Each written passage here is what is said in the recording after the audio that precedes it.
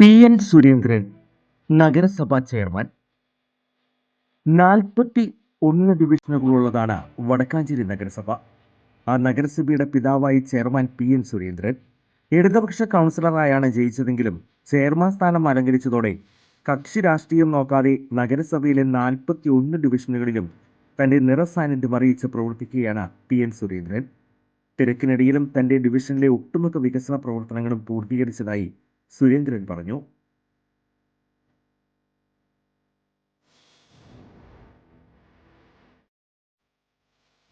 റോഡുകൾ, വീടുകൾ, കുടിവെള്ളം എന്നിവയ്ക്ക് ഊന്നൽ നൽകി. കളിമൺ പാത്ര നിർമ്മാണം, ഓപ്പൺ ജിം, EMS ഭവന പദ്ധതി എന്നിവ പൂർത്തിയാക്കി.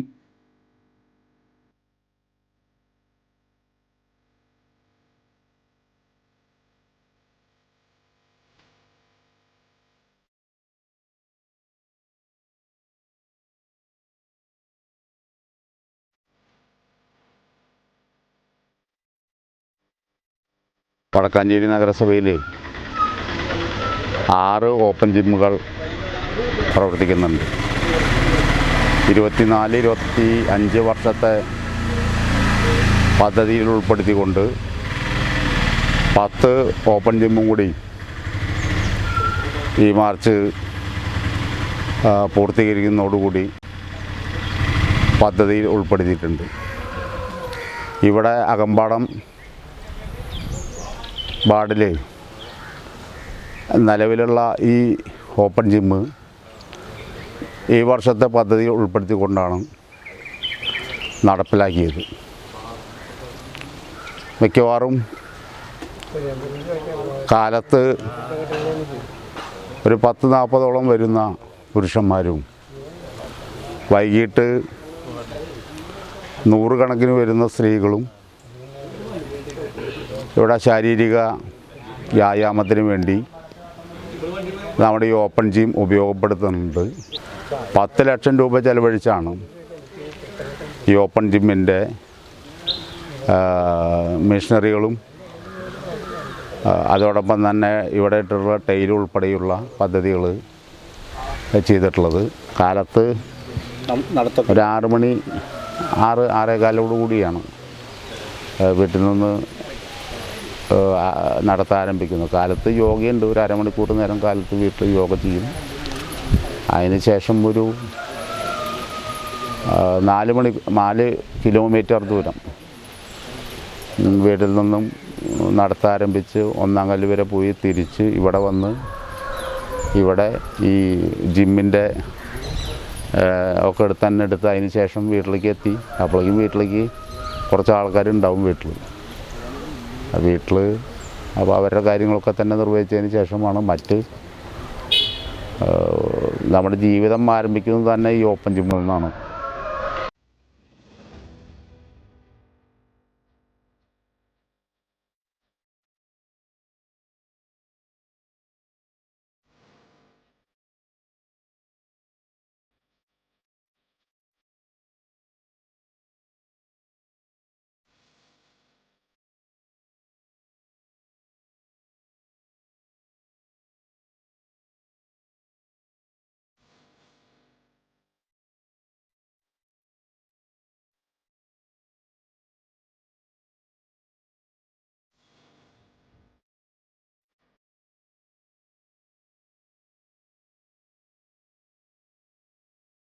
നടത്തറ പൊറ്റേക്കാട്ട് വീട്ടിൽ നാരായണിയുടെയും മകനാണ് പി.എൻ. സുരേന്ദ്രൻ.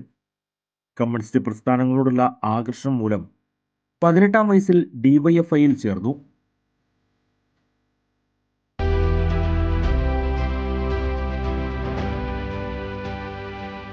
അന്നു മുതൽ കയ്യിലേന്തിയ ചെങ്കൊടി ഇപ്പോഴും നെഞ്ചോട് ചേർത്ത് പിടിക്കുന്ന സഖാവാണ് പി.എൻ. സുരേന്ദ്രൻ.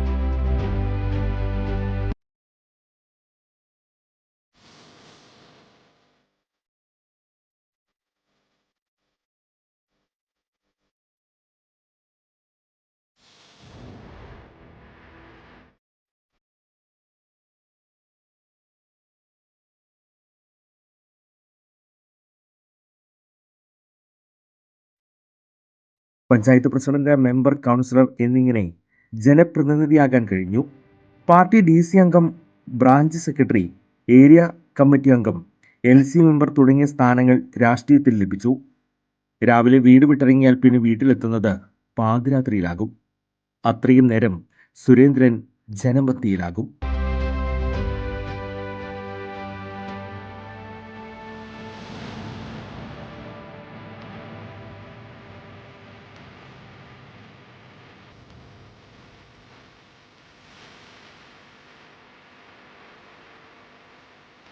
നഗരസഭാ ചെയർമാൻ എന്ന വലിയ പദവി വഹിക്കുമ്പോഴും ഒരു ചെറിയ മനുഷ്യനായി ജനങ്ങൾക്കൊപ്പമാണ് PN സുരേന്ദ്രൻ. നമസ്കാരം. എനി ടൈം ന്യൂസിൻ്റെ എല്ലാ പ്രേക്ഷകർക്കും ഹൃദയം നിറഞ്ഞ സ്വാഗതം. എനി ടൈം ന്യൂസ് സഞ്ചരിക്കുകയാണ്. നമുക്കറിയാം, കഴിഞ്ഞ കുറച്ച് ദിവസങ്ങളായി നമ്മുടെ ഓരോ അധ്യായങ്ങളും നഗരസഭയുമായി ബന്ധപ്പെട്ട വ്യക്തിത്വങ്ങളോടൊപ്പമാണ് സഞ്ചരിച്ചുകൊണ്ടിരിക്കുന്നത്. ഇന്ന് നമ്മളോടൊപ്പം അതിഥിയായിട്ട് കടന്നു വന്നിരിക്കുന്നത് ഏറ്റവും പ്രധാനപ്പെട്ട ഒരു വ്യക്തിത്വം തന്നെയാണ്. വടക്കഞ്ചേരി നഗരസഭയുടെ ചെയർമാൻ ശ്രീ PN സുരേന്ദ്രൻ അവറുകളാണ്. വളരെ സ്നേഹത്തോടുകൂടി അദ്ദേഹത്തെ നമുക്ക് സ്വാഗതം ചെയ്യാം. നമസ്കാരം. സുരേന്ദ്രേട്ടനെന്ന് ഓപ്പണായിട്ട് വിളിക്കുവാൻ സ്വാതന്ത്ര്യത്തോടു കൂടിയുള്ളവരാണ് ഈ വടക്കാഞ്ചേരി നിവാസികൾ. എനിക്ക് തോന്നുന്നു ഒരു സൗഹൃദം എന്നതിൽ ഉപരിയായിട്ട് ചിരിക്കുന്ന മുഖത്തോടു കൂടി പ്രശ്നങ്ങളെ അഭിമുഖീകരിക്കുന്ന ഒരു വ്യക്തിത്വം. ഇത് ചെറുപ്പത്തിലേ തൊട്ട് ആർജിച്ചതാണോ, അത് ഇടക്കാലം കൊണ്ട് ആർജിച്ചതാണോ? ഞാനിത് ചോദിക്കാൻ കാരണം, ഈ ഒരു രംഗത്തേക്ക് ഒരുപക്ഷെ യുവാക്കളായി പലരും നേതൃത്വ സ്ഥാനങ്ങളിലേക്കൊക്കെ ഭാവിയിൽ കടന്നു വരും. അവർക്കൊക്കെ മുൻനിരയിൽ നിൽക്കുമ്പോൾ ചിന്തിക്കാൻ പറ്റുന്ന ചില വ്യക്തിത്വങ്ങളൊക്കെയാണ്. ഇപ്പോൾ അങ്ങയെ സംബന്ധിച്ച് അങ്ങയുടെ മുൻഗാമികളെ ചിന്തിക്കുന്ന വഴികളിലൂടെയാണ് സഞ്ചരിച്ചു വന്നത്. അപ്പോൾ ഒരു സൗഹൃദത്തിനുപരി ഒരു ചിരിക്കുന്ന മുഖത്തോടുകൂടി പ്രശ്നങ്ങൾ അഭിമുഖീകരിക്കാൻ തുടങ്ങിയത് ചെറുപ്പത്തിലെ തുടങ്ങിയ പ്രസ്ഥാനങ്ങൾ ഇന്ന് തുടങ്ങിയതാണോ, അത് ഇടക്കാലം കൊണ്ട് വന്നതാണോ? ജീവിത സാഹചര്യത്തിൻ്റെ ഭാഗമായിട്ടാണ് ഓരോ പ്രശ്നങ്ങളും നമ്മൾ കൈകാര്യം ചെയ്യുക. പഠനകാലത്തും അതിനുശേഷമുള്ള കാലഘട്ടങ്ങളിലും ഒക്കെ തന്നെ ജീവിത കാലഘട്ടത്തിൽ വലിയ പ്രയാസമായിരുന്നു. ജീവിതം തന്നെ വലിയ പ്രയാസമായിരുന്നു. അച്ഛനും അമ്മയ്ക്കും ഞങ്ങൾ 4 മക്കളാണുള്ളത്. 2 ആണും 2 പെണ്ണും എന്ന രീതിയിൽ. കാർഷിക കുടുംബം, കർഷക തൊഴിലാളി കുടുംബമായിരുന്നു. അച്ഛൻ ഗുരുവായൂർ ദേവസ്വത്തിലാണ്. ഗുരുവായൂർ ദേവസ്വത്തിൽ നീണ്ട കാലത്തെ പ്രവർത്തനം കഴിഞ്ഞ് ഒരു 10-28 വർഷത്തെ സർവീസ് അവിടെ ഉണ്ടായിരുന്നു. അപ്പോൾ പ്രധാന പ്രശ്നം പട്ടിണി തന്നെയാണ്. റേഷൻ കടയിൽ നിന്ന് അന്ന് ഇരുമ്പരി കിട്ടുക. അപ്പോൾ എനിക്ക് താഴെ ഒരാളുണ്ട്. അപ്പോൾ താഴെയുള്ള ആൾക്ക് കഞ്ഞി ചോറാക്കി കൊടുക്കും. അപ്പം ഞങ്ങൾക്ക് 3 പേർക്കും കഞ്ഞി തരും, താഴെയുള്ള ആൾക്ക് കഞ്ഞി ചോറാക്കി കൊടുക്കും. അങ്ങനെ ജീവിത പ്രയാസങ്ങൾ, അതിൻ്റെ ഭാഗമായിട്ടുള്ള പ്രയാസങ്ങളും അച്ഛനും അമ്മയൊക്കെ തന്നെ നല്ല. അമ്മ കർഷക തൊഴിലാളിയായിരുന്നു. പിന്നെ അതിന് ശേഷം അമ്മ കാട്ടിലൊക്കെ പോയിട്ട് വിറക് കൊണ്ടുവരും. വടക്കേക്കാട് എന്ന് പറഞ്ഞ സ്ഥലമുണ്ട്, അകമല അറ്റത്താണ്, ഉൾഭാഗത്തേക്ക്. അപ്പം ഞങ്ങൾ വൈകുന്നേരം 3 മക്കൾ അമ്മയുടെ വിറക് മാറാൻ വേണ്ടി ശിവൻ്റെ അമ്പലത്തിൻ്റെ അവിടെ വരും. എന്നിട്ട് അമ്മ കൊണ്ടുവന്ന് 3 പങ്കാക്കിയിട്ട് അമ്മയുടെ ഭാരം കുറയ്ക്കും. ഇപ്പം അച്ഛനും അമ്മയൊക്കെ മരിച്ചു. കഴിഞ്ഞ മെയ് മാസത്തിലാണ് അമ്മ മരിച്ചത്. പ്രയാസങ്ങളും ബുദ്ധിമുട്ടുകളൊക്കെ തന്നെ മനസ്സിലാക്കിക്കൊണ്ട് തന്നെ ആളുകളോട് നല്ല സൗഹാർദ്ദമായിട്ട് പെരുമാറാനും ആ രീതിയിൽ സന്തോഷത്തോടു കൂടി ജീവിക്കണം എന്നുള്ള ആഗ്രഹത്തിൻ്റെ ഭാഗമായിട്ട് ആളുകളോട് നല്ലോണം പെരുമാറാൻ അവസരങ്ങൾ കിട്ടി. വേറെ ഒരു കുഴപ്പമുണ്ടാക്കാത്ത രീതിയിൽ ഇതുവരെ പോകാൻ വേണ്ടി. ഞാൻ ഇത് തുടക്കം തന്നെ അങ്ങോട്ട് ചോദിക്കാൻ കാരണം, വടക്കാഞ്ചേരി നഗരസഭയെക്കുറിച്ച് അറിയാൻ പറ്റും. 41 ഡിവിഷനുകളുടെ ഉപരിയായിട്ട് അനുദിനം വികസനത്തിൻ്റെ കുതിച്ചുചാട്ടം നടത്തുന്ന ഒരു പ്രദേശം തന്നെയാണ്. നമുക്കറിയാം, സംസ്ഥാന അവാർഡ് വരെയും നമ്മൾ തേടിയെത്തിയിട്ടുണ്ട്. വലിയ പ്രതിസന്ധിയുണ്ട്, വലിയ ആക്ഷേപങ്ങളുണ്ടാവാം, വലിയ പ്രതിഷേധങ്ങളുണ്ടാവാം. പക്ഷേ ഇതിനെല്ലാം ഏകോപിപ്പിച്ച് കൊണ്ടുപോകുക എന്ന് പറയുന്നത് ശ്രമകരമായൊരു കാര്യമാണ്. 41 ഡിവിഷനെ ഏകോപിപ്പിച്ച് കൊണ്ടുപോവുക, അവിടേക്ക് എല്ലാ ഡിവിഷനുകളിലേക്കും വികസനത്തിൻ്റെ എല്ലാം എത്തിക്കാനായിട്ട് ശ്രമം നടത്തുക. ഈ കഴിഞ്ഞൊരു 5 വർഷത്തെ കണക്കെടുത്ത് നോക്കിക്കഴിഞ്ഞാൽ ഈ ഒരു അവസാന ടൈമിലേക്ക് എത്തി നിൽക്കുന്ന സമയത്ത് കയറിയ ആ സമയത്തുള്ള പ്രതിബന്ധത എന്തായിരുന്നു? ഏറ്റവും മുൻപിലുള്ള ഒരു പ്രതിസന്ധി എന്തായിരുന്നു? തുടക്കത്തിലുള്ള പ്രതിസന്ധി സാമ്പത്തിക പ്രതിസന്ധി തന്നെയാണ്. ആ സാമ്പത്തിക പ്രതിസന്ധിയെ മറികടക്കാൻ കഴിയാവുന്ന രീതിയിൽ വിവിധ ഏജൻസികളോട്, കേന്ദ്ര ഏജൻസി ആയാലും KSWMP പോലെയുള്ള ലോക ബാങ്കിൻ്റെ ഫണ്ടുകളായാലും ഒക്കെ തന്നെ അതിന് ശേഷം നമുക്ക് ലഭിക്കുന്ന ഒരു സ്ഥിതി ഉണ്ടായി. ഇപ്പം കഴിഞ്ഞ 2 വർഷമായിട്ട് CFC ഫണ്ട് കേന്ദ്ര ഗവൺമെൻറ്റിൻ്റെ സെൻട്രൽ ഫിനാൻസ് ഗ്രാൻറ്റ് നമുക്ക് ലഭിക്കുന്നില്ല. ഇപ്പം അത് ലഭിക്കാൻ വേണ്ടി ഗവൺമെൻറ് ഓർഡറായിട്ടുണ്ട്. അപ്പോൾ അതിൻ്റെ ഭാഗമായിട്ടുള്ള CFC ഗ്രാൻറ്റിൽ വെച്ചിട്ടുള്ള വർക്കുകൾ എല്ലാ വർക്കും കഴിഞ്ഞിട്ട് നമ്മുടെ കോൺട്രാക്ടേഴ്സ് കാത്തു നിൽക്കുകയാണ്. അപ്പോൾ വല്ലാതെ പ്രയാസം വരുമ്പോൾ ഓൺ ഫണ്ട് എന്ന് കാശ് കൊടുക്കാൻ സെക്രട്ടറിയോട് പറഞ്ഞു സാധിക്കും. ഇതിൻ്റെ പ്രധാനപ്പെട്ട കാരണം എന്താ വെച്ചാൽ ഉദ്യോഗസ്ഥന്മാരും അതോടൊപ്പം തന്നെ ഭരണാധികാരികളും ജനപ്രതിനിധികളും യോജിച്ചിട്ടുള്ള പ്രവർത്തനം, തീർച്ചയായിട്ടും ആ യോജിച്ചിട്ടുള്ള പ്രവർത്തനത്തിൻ്റെ ഭാഗമായി എല്ലാ മറകളും മാറും. യോജിക്കണം. പ്രതിപക്ഷം എന്താ വെച്ചാൽ ഞങ്ങൾ പ്രതിപക്ഷം എന്ന രീതിയിൽ കാണാമായിരുന്നില്ല. അവരിങ്ങനെ ആരോപണങ്ങൾ ഇങ്ങനെ ഉന്നയിക്കും, ആരോപണം ഉന്നയിക്കുകയും ചെയ്യും. ആരോപണം എന്ന് പറഞ്ഞാൽ ഫണ്ട് അവർ ഉപയോഗിക്കുകയും ചെയ്യും. അതാണ് പ്രത്യേകം. കേരളത്തിൽ കിഫ്ബി വന്നപ്പോൾ കേരളത്തിൽ VD സതീശൻ വല്ലാതെ ആ കുഴപ്പം എന്തൊക്കെ തന്നെ പ്രഖ്യാപിച്ചെങ്കിൽ പോലും അവരെ മറ്റേ നിയോജകമണ്ഡലത്തിൽ ആ ഫണ്ട് ഉപയോഗിച്ച് വർക്ക് എടുക്കണം. അപ്പൊ അതുപോലെ ഇവിടെ അങ്ങനെ ജനാധിപത്യത്തിൽ പ്രതിഷേധം നമ്മൾ അംഗീകരിക്കും. ഉൾക്കൊള്ളാൻ കഴിയാവുന്ന ഉൾക്കൊള്ളും ചെയ്യും. ഉൾക്കൊണ്ടുകൊണ്ട് തിരുത്തും ചെയ്യും. അതൊന്നും പ്രയാസമുള്ള കാര്യമൊന്നുമില്ല. ഇപ്പോൾ വടക്കാഞ്ചേരി നഗരസഭയുമായി ബന്ധപ്പെട്ടുകൊണ്ട് ഇപ്പോൾ ഈ തവണ ഇപ്പോൾ ഈ ഭരണസമിതി വന്നതിന് ശേഷം 3 ടൈമുകളായി അയ്യങ്കാളി തൊഴിലുറപ്പ് പദ്ധതിയിൽ 1ാം സ്ഥാനം വടക്കാഞ്ചേരി നഗരസഭ. സ്വരാജ് ട്രോഫി, ആ സ്വരാജ് ട്രോഫിയിലും 2ാം സ്ഥാനം. 3 ടൈമായിട്ട് വടക്കാഞ്ചേരി. ഒരു അപൂർവമായിട്ടുള്ള ഭാഗ്യം എന്ന് പറഞ്ഞാൽ വെറുതെ ഭാഗ്യം ഉണ്ടാവണതല്ല, അത് പണിയെടുത്തു. നാടൻ ഭാഷയെ പറഞ്ഞു കഴിഞ്ഞാൽ പണിയെടുത്തു. വ്യക്തമായിട്ടുള്ള അല്ലെങ്കിൽ കണക്കിന്റെ അടിസ്ഥാനത്തിൽ, വ്യക്തമായിട്ടുള്ള കാഴ്ചപ്പാടിന്റെ അടിസ്ഥാനത്തിൽ, വികസന പ്രവർത്തനത്തിന്റെ അടിസ്ഥാനത്തിലാണ് ഈ പണികൾ അല്ലെങ്കിൽ ഈ അംഗീകാരമൊക്കെ തന്നെ. 87 നഗരസഭകൾ കേരളത്തിനകത്തുണ്ട്. ആ 87 നഗരസഭയിൽ 2ാം സ്ഥാനത്തേക്ക് തുടർച്ചയായിട്ട് കേരളത്തിൽ ഒരു നഗരസഭ ഉണ്ടാവില്ല. എനിക്ക് തോന്നുന്നു അത് ഈ പറയുന്ന കൗൺസിലർമാരെല്ലാം ഒറ്റക്കെട്ടായി നിന്നുകൊണ്ട് അവിടെ പ്രതിപക്ഷമോ ഭരണപക്ഷമോ ഒന്നല്ല, ഒരുമിച്ച് നിന്നതിന്റെ ഭാഗമായിട്ട് തന്നെയാണ്. അതിൽ സംശയമൊന്നുമില്ല. പിന്നെ അവർക്ക് അഭിപ്രായ വ്യത്യാസം ഉണ്ടാവാം. എങ്ങനെ ഈ ഇത് കിട്ടണ അവാർഡ് ഇങ്ങനെ കിട്ടാൻ കാരണം ഞാൻ പറഞ്ഞ അവാർഡ് രേഖാൻ പോലെ നിങ്ങൾ പരിശോധിച്ചോ. അവാർഡ് കൊടുക്കാൻ പാടില്ല അതുകൊണ്ട് പരാതി അയച്ച ആൾക്കാരുണ്ട് ഇവിടെ ഈ കൗൺസിലിന്റെ ഇടയിൽ. അത് അവരുടെ എല്ലാവർക്കും അവകാശമുണ്ട്. അതിന് നമുക്ക് ലംഘിക്കാൻ പാടില്ല.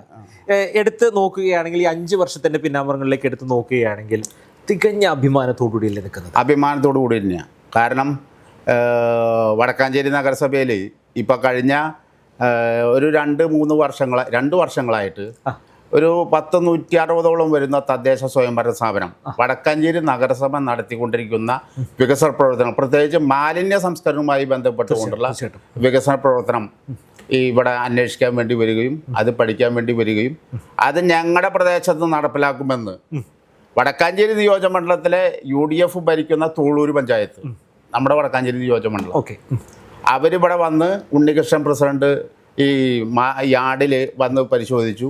ഡിവാട്ടേഡ് കമ്പോസ്റ്റ് സിസ്റ്റം എന്ന് പറഞ്ഞ ജൈവ മാലിന്യങ്ങൾ ശേഖരിച്ച് ജൈവ വളമാക്കുന്ന പദ്ധതിയാണ്. ഒരു പ്ലാന്റാണ്. അതിൻ്റെ ജൈവ വളമാക്ക് നമ്മുടെ നഗരസഭയിലും അതോടൊപ്പം തന്നെ ആവശ്യപ്പെടുന്ന ആളുകൾക്കും ഈ വളം ഉപയോഗിക്കുക. ഒരു കിലോന് 15 രൂപ എന്ന രീതിയിലാണ് ഇപ്പം നഗരസഭ തീരുമാനിച്ച് അത് കൊടുക്കണം. നല്ല കച്ചവടമാണ്, നല്ലോണം. അപ്പം മാലിന്യം സംസ്കരിക്കുന്നതോടൊപ്പം തന്നെ മാലിന്യത്തിൽ നിന്ന് ഒരു വരുമാനം ഉണ്ടാക്കാൻ കഴിയാവുന്ന രീതിയിൽ. അപ്പം ഇതിങ്ങനെ ഒരു സംവിധാനം ഉണ്ടാക്കുകയാണെങ്കിൽ ആളുകൾ വരില്ലേ? അതിൽ കക്ഷിരാശിയായിട്ട് ആളുകൾ വരികയാണ്, ആളുകൾ അത് പഠിക്കുകയാണ്, എൻ്റെ പ്രദേശം നടപ്പിലാക്കുമെന്ന് പറഞ്ഞ് അവർ പ്രഖ്യാപിക്കുകയാണ്. അങ്ങനെ തോളൂർ പഞ്ചായത്തിൻ്റെ കോൺഗ്രസിൻ്റെ പ്രസിഡന്റ് എന്ന് പറഞ്ഞപ്പോൾ വലിയ വിവാദം ഇവിടെ ഉണ്ടായതാണ്. ഞാൻ ചോദിച്ചു, നിങ്ങളുടെ പ്രസിഡന്റ് നിങ്ങളുടെ നിയോജകമണ്ഡലമാണല്ലോ, ഇവിടെ വടക്കാഞ്ചേരി നിയോജകമണ്ഡലം നേതാക്കന്മാരൊക്കെ ഇവിടെ ഉണ്ട്. അപ്പോൾ അവരോട് ചോദിച്ചപ്പോൾ അതൊന്നും ഞങ്ങൾ അറിഞ്ഞിട്ടില്ലാന്നാ. ബലത്തിൽ അത് ഒരു പ്രവൃത്തി ബോധത്തിലേക്ക് എത്തുകയും ചെയ്തു.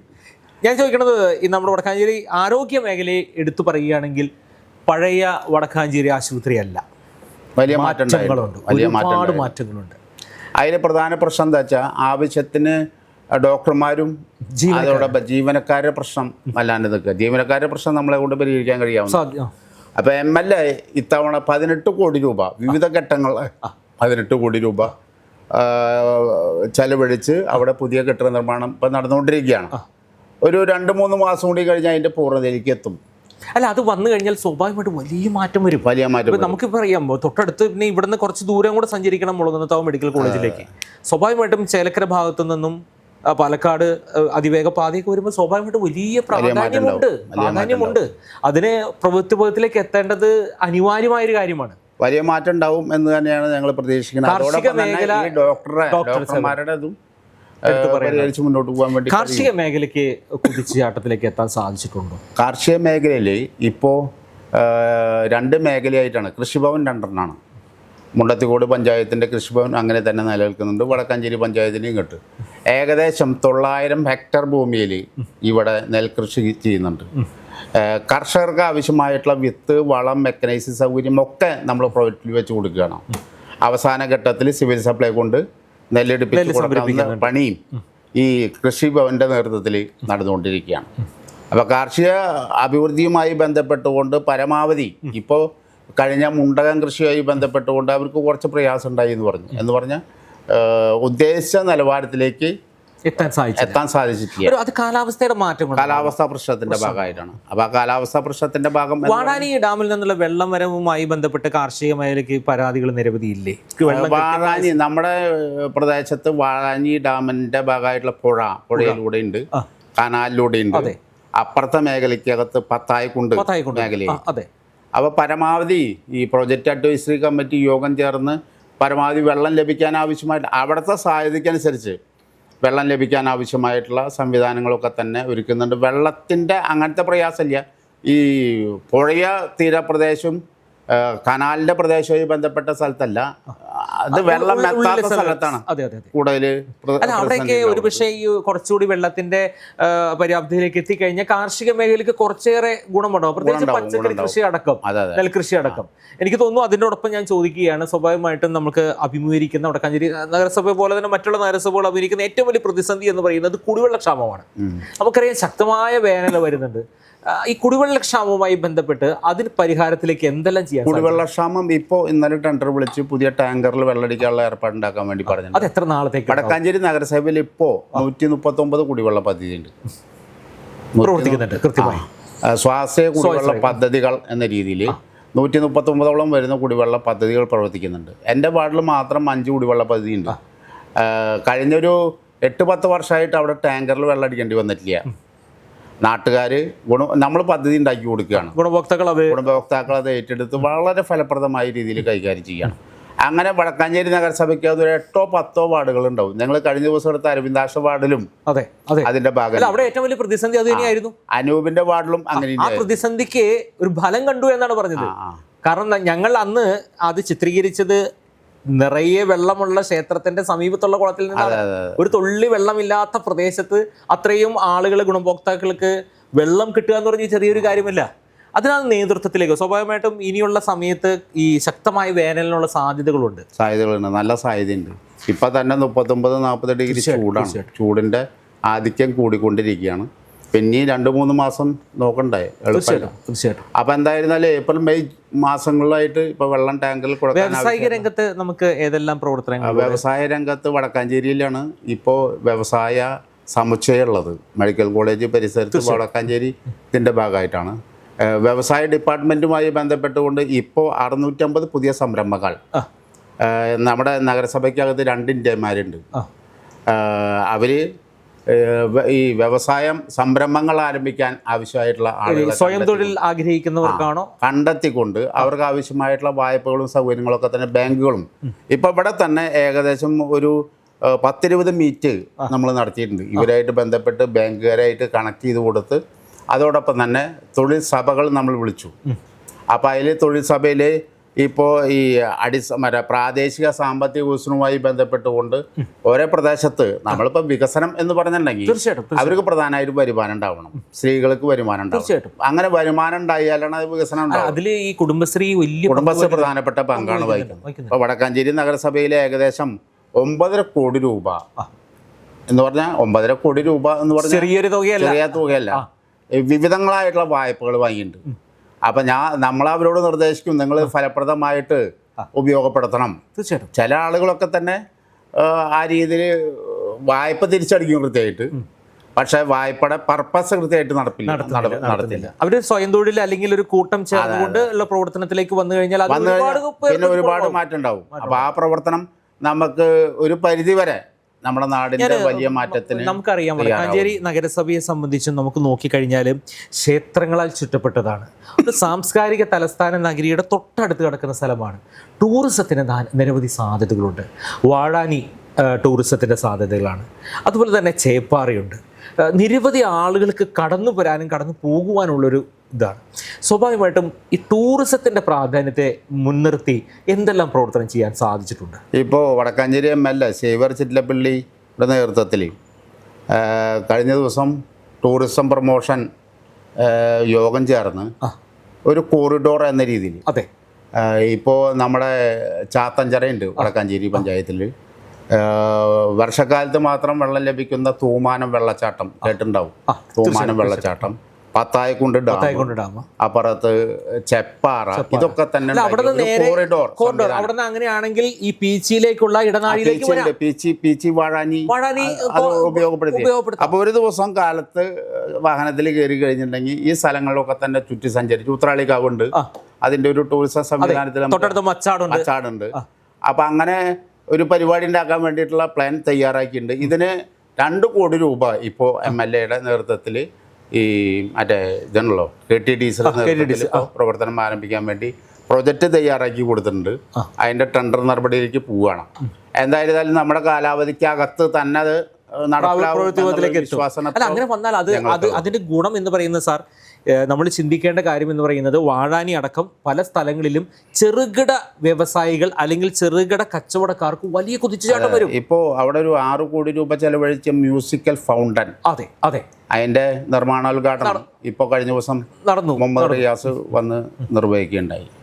അപ്പോൾ അത് അങ്ങനത്തെ പ്ലാൻ ഉണ്ട്. അത് പരിപാടി പ്രാക്ടിക്കലായി നടപ്പിലാവും എന്നുള്ളത് തന്നെയാണ്. അപ്പോൾ MLA എന്ന രീതിയിൽ ഞങ്ങൾ ഒരുമിച്ച് കൈകോർത്ത് വടക്കാഞ്ചേരി നിയോജകമണ്ഡലത്തിലെ തദ്ദേശ സ്വയംഭരണ സ്ഥാപനങ്ങളെ ഭാരവാഹികളും അദ്ദേഹം ഇടയ്ക്കിടയ്ക്ക് യോഗം വിളിക്കാറുണ്ട്.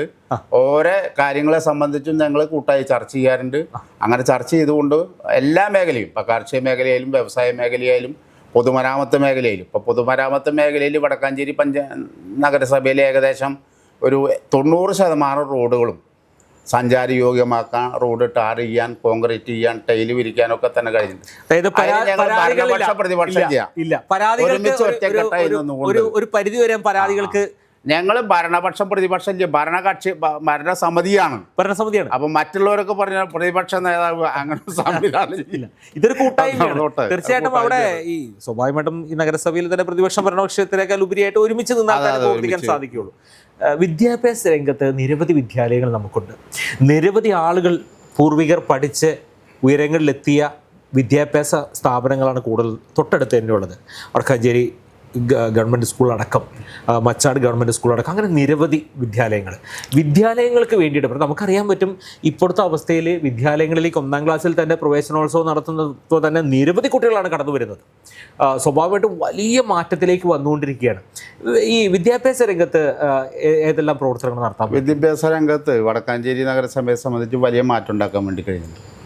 അത് ഗവൺമെൻറ്റിൻ്റെ സഹായത്തോടു കൂടി കിഫ്ബി ഫണ്ടൊക്കെ തന്നെ ഉപയോഗിച്ച് പുതിയ കെട്ടിടങ്ങൾ നമുക്ക് ഉണ്ടാക്കാൻ വേണ്ടി കഴിഞ്ഞിട്ടുണ്ട്. ഇപ്പോൾ നമ്മുടെ നഗരസഭയിൽ മുനിസിപ്പൽ എഡ്യൂക്കേഷൻ കമ്മിറ്റി എല്ലാ മാസവും 2 യോഗം ഞങ്ങൾ ചേരും.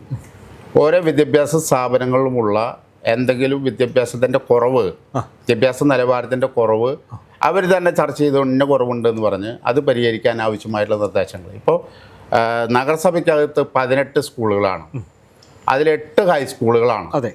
ഇപ്പം ഞങ്ങൾ ഈ SSLC പരീക്ഷയുമായി ബന്ധപ്പെട്ടുകൊണ്ട് വിദ്യാഭ്യാസം കുറച്ച് പുറകോട്ടുള്ള കുട്ടികളെ പ്രത്യേകമായിട്ടുള്ള സ്പെഷ്യൽ ക്ലാസ് എടുപ്പിക്കുകയാണ്. 8 മണി വരെ ഗവൺമെൻറ് സ്കൂളിലെ അധ്യാപകർ ക്ലാസ് എടുക്കാൻ തയ്യാറാവുക എന്ന് പറഞ്ഞ ഒരു ആത്മാർത്ഥ തന്നെയാണുള്ളത്. തീർച്ചയായിട്ടും.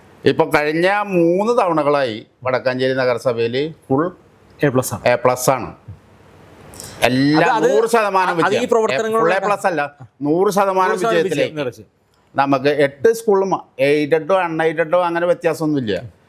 100 അതിൽ ഗവൺമെൻറ് സ്കൂളുകൾ ഏറ്റവും പാവപ്പെട്ട വിദ്യാർത്ഥികൾ പഠിക്കുന്നവരാണ്. ആ വിദ്യാർത്ഥികളുടെ എന്ന് പറഞ്ഞിട്ടുണ്ടെങ്കിൽ മറ്റുള്ള വിദ്യാഭ്യാസ സ്ഥാപനം പോലെയല്ലോ, അവിടെയും പ്രത്യേകിച്ച് നമ്മൾ സ്പെഷ്യൽ ക്ലാസ് എടുത്ത് പുറകോട്ടുള്ള ആളുകളെ മുന്നോട്ട് കൊണ്ടുവരാൻ ആവശ്യമായിട്ടുള്ള ഏർപ്പാട് 3 ടൈമുകളായി ഇങ്ങനെ വിജയം നേടുക എന്ന് പറഞ്ഞിട്ടുണ്ടെങ്കിൽ വേറെ എവിടെ ഉണ്ടാവാൻ സാധ്യതയില്ല. അതൊരു കൂട്ടായ്മയുടെ ഭാഗമായിട്ട് നടക്കുകയാണ്. പണ്ടൊക്കെ തന്നെ ഞങ്ങളൊക്കെ തന്നെ പഠിച്ചിരുന്നത് കല്ലിൻ്റെ മുള്ളിരുന്നിട്ടാണ്.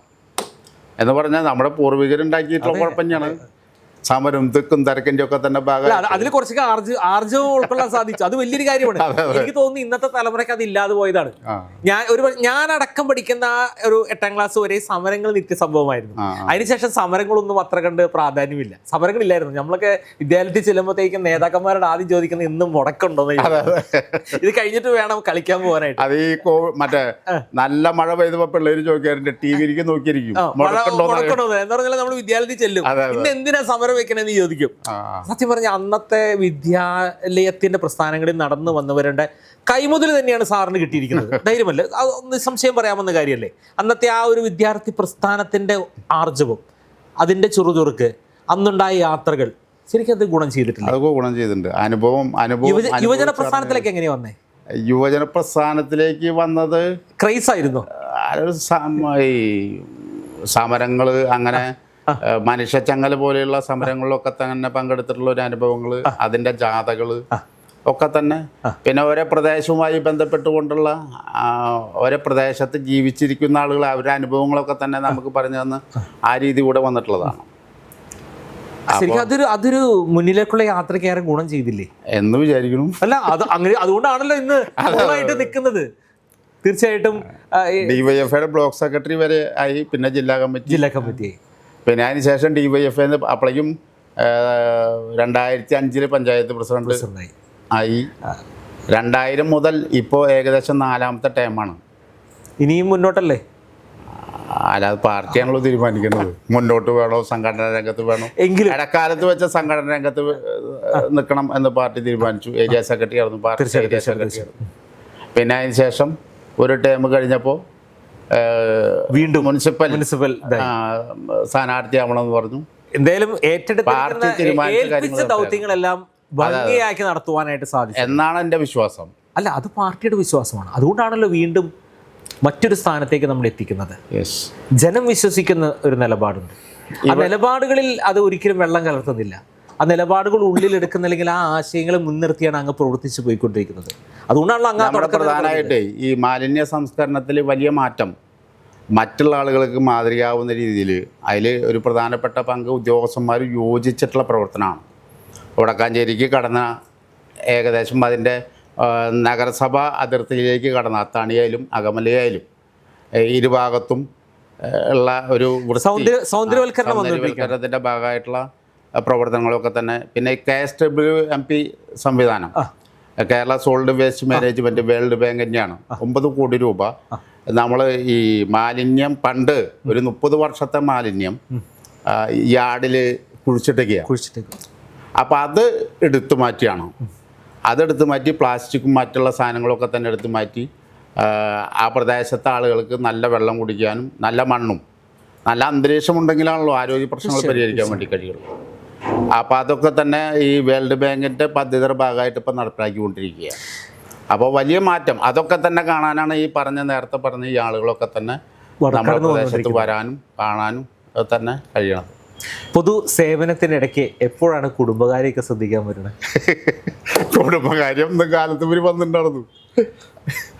അല്ല, സ്വാഭാവികമായിട്ട് അറിയാതെ കൗതുകം. വേറെ വിഷയമൊന്നുമില്ല, നമ്മളായിട്ട് യോജിക്കാവുന്ന ആളുകൾ, ഫാമിലി, കുഴപ്പമില്ലാത്തവരായാലും ഭാര്യയായാലും ഉൾക്കൊള്ളാൻ പറ്റിയ ആൾക്കാർ, ഉൾക്കൊള്ളാൻ കഴിയാവുന്ന ആൾക്കാർ. രാത്രി 10 മണിക്കും 11 മണിക്ക് ചെന്നാലും കുഴപ്പമില്ല. 11 മണി 12 മണി എന്നൊക്കെ പറഞ്ഞിട്ട് അത് കുഴപ്പമൊന്നുമില്ല.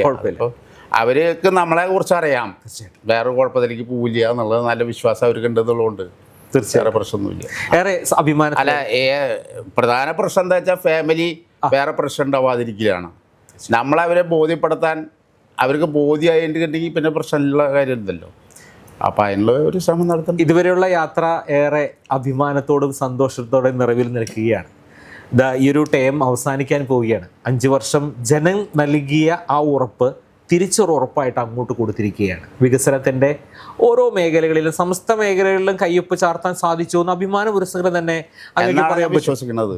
അത് കൂടെ നിൽക്കുന്ന മറ്റുള്ള, അതിപ്പോൾ പ്രതിപക്ഷമോ ഭരണപക്ഷമല്ല, ഒരുമിച്ച് നിന്നതുകൊണ്ടാണ് ഓരോ പ്രസ്ഥാനങ്ങളും പ്രവർത്തനത്തിൻ്റെ ഭാഗം തന്നെയാണ്. ഇനി എന്താണ് ഒരു നടത്തുവാനായിട്ട് ഇനി കിടക്കുന്ന, അല്ലെങ്കിൽ ഈ ഒരു നമ്മുടെ ബഡ്ജറ്റിലും മറ്റുള്ള കാര്യങ്ങളിലൊക്കെ ഉന്നയിച്ച ആശയം എന്തെങ്കിലും പ്രവൃത്തി പഥത്തിലേക്ക് എത്തിക്കാൻ? ഇനി ഏറ്റവും പ്രധാനമായിട്ട് വടക്കാഞ്ചേരി ടൗണുമായി ബന്ധപ്പെട്ടുകൊണ്ട് വടക്കാഞ്ചേരി പുഴ നവീകരണം. വടക്കാഞ്ചേരിയെ സംബന്ധിച്ച് വലിയൊരു പ്രശ്നമുള്ള സംഗതിയാണ്. എന്നും ഒരു കീറാമുട്ടി. അത് എന്നും ഒരു കീറാമുട്ടിയാണ്. ഇപ്പോൾ ഒരു 10 കോടി രൂപ ചെലവഴിച്ച് അതിൻ്റെ ആഴം കൂട്ടാനും സൈഡ് കെട്ടാൻ ആവശ്യമായിട്ടുള്ള പ്രവർത്തികൾ നടന്നുകൊണ്ടിരിക്കുന്നു. വടക്കാഞ്ചേരി ടൗണിലെ മലിനജലം ഒഴുകുന്നത് വടക്കാഞ്ചേരി പുഴയിലേക്കാണ്. അപ്പോൾ അവിടെ ഒരു ഈ പ്ലാന്റ് നമ്മൾ നിർമ്മിക്കണം എന്നുള്ളതാണ്. ഇപ്പോൾ ശുചിത്വ മിഷന് വടക്കാഞ്ചേരി നഗരസഭയുടെ സെക്രട്ടറി ശുചിത്വ മിഷൻ്റെ കോർഡിനേറ്ററും കൂട്ടിയാണ് തൃശ്ശൂർ ജില്ലയുടെ. അപ്പോൾ ശുചിത്വ മിഷൻ്റെ ഭാഗമായിട്ടുള്ള വലിയൊരു ഫണ്ട് അദ്ദേഹം തരാം എന്ന് പറഞ്ഞിട്ടുണ്ട്. അതിൻ്റെ ഭാഗമായിട്ട് ഈ മലിനജലം ഈ പുഴയിലേക്ക് കലരാതിരിക്കാൻ വേണ്ടി അല്ല, തീർച്ചയായിട്ടും അതെനിക്ക് പ്യൂരിഫൈഡ് ആയിട്ട് കൊടുക്കാൻ കഴിയാവുന്ന ഒരു സ്ഥിതി ഉണ്ടാക്കണം എന്നുള്ളതാണ് ആലോചന. എനിക്ക് തോന്നുന്നു ഒരുപക്ഷെ ആ ഒരു പ്രവർത്തനം വന്നു കഴിഞ്ഞാൽ വടക്കാഞ്ചേരി പുഴയെ ആശ്രയിക്കുന്ന നിരവധി കുടിവെള്ള സ്രോതസ്സുകളുണ്ട്. അവിടേക്കൊക്കെ ഈ മാലിന്യങ്ങൾ കലരാതെ വലിയ തോതിലുള്ള മാറ്റം ഉണ്ടാക്കാൻ നമുക്ക് കഴിയും. ഇപ്പോൾ നമ്മൾ വ്യാപാരി വ്യവസായികൾ, പിന്നെ വടക്കാഞ്ചേരിയിലെ ഉദ്യോഗസ്ഥന്മാർ, പിന്നെ കർഷകർ, എല്ലാവരെയും വലിയ കൂട്ടായ്മ. നമ്മൾ യാതൊരുവിധ ഭരണത്തിൽ വരുന്നവരെ കക്ഷിരാഷ്ട്രീയമൊക്കെ തന്നെ നമുക്കുണ്ട്, അഭിപ്രായങ്ങളുണ്ട്. പക്ഷെ പൊതുവികസന കാര്യത്തിൽ എല്ലാവരെയും യോജിപ്പിക്കാൻ ആവശ്യമായിട്ടുള്ള വലിയ ശ്രമം. അതിൻ്റെ ഭാഗമായിട്ടാണ് ഉത്രളിക്കാവ് പൂരം എക്സിബിഷൻ.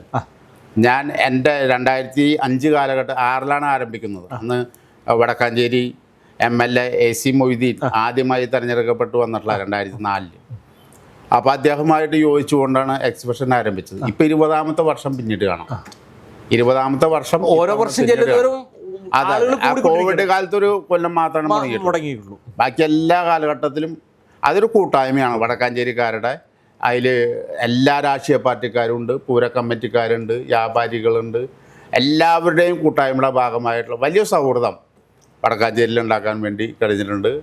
ആ സൗഹൃദം നമുക്ക് നിലനിർത്ത പത്രക്കാരും എല്ലാവരുടെയും കൂട്ടായിട്ടുള്ള സൗഹൃദത്തിൻ്റെ ഭാഗമായിട്ടുള്ള ഒരു കൂട്ടായ്മ എന്ന് പറഞ്ഞാൽ ആ കൂട്ടായ്മ തന്നെയാണ് നമ്മുടെ നാടിൻ്റെ വിജയം എന്നാണ് ഞാൻ വിശ്വസിക്കുന്നത്. ശരിക്കും പറഞ്ഞാൽ നമ്മുടെ ഈ ഒരു നാടിൻ്റെ പ്രത്യേകത എന്ന് പറയുന്നത്, ഞാൻ ആദ്യം സൂചിപ്പിച്ചതിൽ ക്ഷേത്രങ്ങളുണ്ട്, സാംസ്കാരികമാണ്, നിരവധി ഉത്സവങ്ങൾ, ആഘോഷങ്ങൾ എല്ലാം കൂടിച്ചേർന്നുകൊണ്ടാണ്. വടക്കാഞ്ചേരി പള്ളി അടക്കം എല്ലാത്തിലും ഏറ്റവും മികച്ച ഒരു ടീമുണ്ട്. അത്തരത്തിലൊരു ഫെസ്റ്റിവൽ മൂഡിലേക്ക് എത്തിക്കുവാൻ ഈ ഇതിനെ സാധിച്ചിട്ടുണ്ട്, അങ്ങനെ നേതൃത്വം കൊടുത്തതിനെ സാധിച്ചിട്ടുണ്ട്. കാരണം ഓരോ വർഷം ചെല്ലുന്തോറും ധാരാളം പേര് ഇവിടെ കാണാനായിട്ട് ഒഴുകി വരുന്നുണ്ട്. ഈ കഴിഞ്ഞ ഫെസ്റ്റിവൽ ആണെങ്കിലും ഏറ്റവും കൂടുതൽ ആളുകൾ ഏറ്റവും കൂടുതൽ ആളുകൾ കയറിയിട്ടുണ്ട്. 40,000-40,000 വരുന്ന ആളുകൾ 15 ദിവസം കൊണ്ട് കയറുക എന്ന് പറഞ്ഞാൽ ചെറിയ കാര്യമില്ല. കാരണം അതും ഇതുപോലെ ഒരു ചെറിയ സ്ഥലത്ത് അത് ചിന്തിക്കണം. തൃശ്ശൂർ നഗരത്തിലാണെങ്കിലും ഓക്കെ, ഇത് അങ്ങനെയല്ല. ഇവിടേക്ക് ഇത് മാത്രമായിട്ട് ആശ്രയിച്ച് വരുന്ന ആളുകളാണ്. നമ്മളിപ്പോൾ എല്ലാ മതത്തിൻ്റെയും ഏറ്റവും പ്രധാനപ്പെട്ട ആഘോഷങ്ങളും ഒരു കൂട്ടായ്മയുടെ ഭാഗമായിട്ട് ഓണം ഏറ്റവും പ്രധാനപ്പെട്ട ദേശീയോത്സവമാണല്ലോ. എല്ലാവരെയും സംഘടിപ്പിച്ചുകൊണ്ടുള്ള ഒരാഴ്ചക്കാലം നീണ്ടു നിൽക്കുന്ന പരിപാടികൾ നമ്മൾ സംഘടിപ്പിക്കും. ഇപ്പോൾ റംസാൻ തുറ ഇപ്പോൾ നമ്മൾ ആരംഭിക്കാൻ വേണ്ടി, നോമ്പ് തുറ ആരംഭിക്കാൻ വേണ്ടി പോവുകയാണ്. ക്രിസ്മസിന് ഇത്തവണ മുതൽ ആരംഭിച്ചു ഈ ബോൺ നത്താലെ പോലെയുള്ള നത്താലെ ഫെസ്റ്റ് നഗരസഭയുടെ നേതൃത്വത്തിൽ എല്ലാവരും കൂടി ഒരുമിച്ച് സംഘടിപ്പിക്കാൻ വേണ്ടി നമ്മൾ ശ്രമിക്കുന്നുണ്ട്. എല്ലാവരും ഏകോപിപ്പിക്കുക എന്നുള്ളതാണ്. അപ്പോൾ ആ ഐക്യം വടക്കാഞ്ചേരിക്ക് വലിയ മാറ്റം, വികസന രംഗത്ത് വലിയ മാറ്റം ഉണ്ടാക്കും എന്നുള്ള വലിയ വിശ്വാസം തന്നെയാണ് നമുക്കുള്ളത്. എന്തായിരുന്നാലും ഈ കൂട്ടായ്മ എല്ലാ കാലഘട്ടത്തിലും മുന്നോട്ട് പോകട്ടെ. നമ്മൾ തുടങ്ങി വെച്ച പ്രസ്ഥാനങ്ങൾ, നമ്മൾ തുടങ്ങി വെച്ച ആശയങ്ങൾ മുന്നോട്ട് കൊണ്ടുപോകേണ്ടത് ഇനി വരുന്ന ആളുകളും ഇനി വരുന്ന തലമുറകളുമാണ്. നമ്മൾ വെച്ചിരിക്കുന്ന ആശയങ്ങൾ ഏറ്റവും നല്ല ആശയങ്ങളാണ്. എന്തായാലും ചുരുങ്ങിയ സമയം കൊണ്ട് ഞങ്ങളോടൊപ്പം സഞ്ചരിക്കാൻ സാധിച്ചു. എനി ടൈം ന്യൂസ് ഇതുപോലെ സഞ്ചരിക്കുകയാണ്. ഇതുപോലെയുള്ള ആശയങ്ങളുമായിട്ട് തുറന്നൊരു സംവാദമാണ്, തുറന്നൊരു ചർച്ചയാണ്. ഈ നാൾ വഴിയിൽ സഞ്ചരിച്ച പാതകളിലൂടെയാണ് ഞങ്ങൾ യാത്ര ചെയ്തത്. ഞങ്ങളുടെ ഈ ഒരു ഉദ്യമത്തെക്കുറിച്ച് അങ്ങ് എന്താണ് പറയാനുള്ളത്? എനി ടൈം ന്യൂസ് അതിൻ്റെ ഉദ്ഘാടകൻ ഞാൻ തന്നെയായിരുന്നു. തുടക്കത്തിൽ എല്ലാ പ്രവർത്തനങ്ങളിലും തുറന്ന മനസ്സോടു കൂടിയിട്ട് ജനങ്ങളിലെത്തിക്കാൻ, ഏത് പ്രശ്നമായാലും ജനങ്ങളിലെത്തിക്കാൻ കഴിയാവുന്ന രീതിയിലുള്ള ഓൺലൈൻ ചാനൽ എന്ന രീതിയിൽ നല്ല പ്രവർത്തനം സാമൂഹ്യ പ്രതിബദ്ധതയോടുകൂടി സംഘടിപ്പിക്കാൻ വേണ്ടിയുള്ള ശ്രമം എനി ടൈമിൻ്റെ മാനേജ്മെൻറ്റിൻ്റെ ഭാഗത്തുനിന്നുണ്ട് എന്നുള്ളതാണ് നമുക്ക് മനസ്സിലാക്കാൻ വേണ്ടി കഴിഞ്ഞിട്ടുള്ളത്. തുടർന്നും അവരുടെ പ്രവർത്തനങ്ങളൊക്കെ തന്നെ പൊതുവായി നമ്മുടെ നാടിൻ്റെ വികസനത്തിന് ഉപകരിക്കും എന്നുള്ള വിശ്വാസമാണുള്ളത്. തീർച്ചയായിട്ടും വടക്കാഞ്ചേരിയുടെ പ്രിയപ്പെട്ട പ്രേക്ഷകരും ഒപ്പം തന്നെ വോട്ടർമാരോടും ജനാധിപത്യ വിശ്വാസികളോടും എല്ലാവരും അതിലേക്ക് എന്താണ് പറയാനുള്ളത്? എനിക്ക് പറയാനുള്ളത്, നമ്മുടെ നാടിൻ്റെ വികസനത്തിന് വേണ്ടി ഞങ്ങളെ ഏൽപ്പിച്ചിട്ടുള്ള ഉത്തരവാദിത്യം വളരെ കൃത്യമായ രീതിയിൽ തന്നെ, സത്യസന്ധമായ രീതിയിൽ തന്നെ ജനങ്ങളുടെ വിശ്വാസം വീണ്ടെടുക്കാനും അല്ലെങ്കിൽ ആ വിശ്വാസത്തോടൊപ്പം സഞ്ചരിക്കാനും ജനങ്ങൾക്ക് പ്രയാസങ്ങൾക്ക് പരിഹാരം കാണാൻ ഒരു പ്രാദേശിക സർക്കാർ എന്താണ് ചെയ്യാൻ വേണ്ടി കഴിയുക അതിൻ്റെ മാക്സിമം ഞങ്ങൾക്ക് ചെയ്യാൻ വേണ്ടി കഴിഞ്ഞിട്ടുണ്ട്, ഇനിയും ചെയ്യും എന്നുള്ള ഒരു വിശ്വാസം തന്നെയാണ് ജനങ്ങളോട് ഞങ്ങൾക്ക് പറയാനുള്ളത്. തീർച്ചയായിട്ടും ജനത്തിന് കൊടുത്ത ഒരു വിശ്വാസമുണ്ട്. ആ വിശ്വാസം ഈ കഴിഞ്ഞ 5 വർഷത്തിൻ്റെ പിന്നാങ്കള നാളുകളിൽ പരിശോധിച്ചാൽ അത് വികസനത്തിൻ്റെ രേഖയായിട്ട് സഞ്ചരിച്ചുകൊണ്ടിരിക്കുകയാണ്. സമസ്ത മേഖലകളിലും ഒരു കയ്യൊപ്പ് ചാർത്തുവാൻ സാധിച്ചു എന്ന് തന്നെ അഭിമാനത്തോടു കൂടി പറയാൻ സാധിക്കും. എന്ത് തന്നെയാണെങ്കിലും എല്ലാവിധ അഭിനന്ദനങ്ങളും എനി ടൈം ന്യൂസ് നേരുകയാണ്. മറ്റൊരു അധ്യായത്തിൽ മറ്റൊരു പ്രധാന അതിഥിയുമായിട്ട് ഞങ്ങൾ കടന്നു വരാം. അതുവരെ എല്ലാ പ്രേക്ഷകർക്കും നന്ദി, നമസ്കാരം. നമസ്കാരം.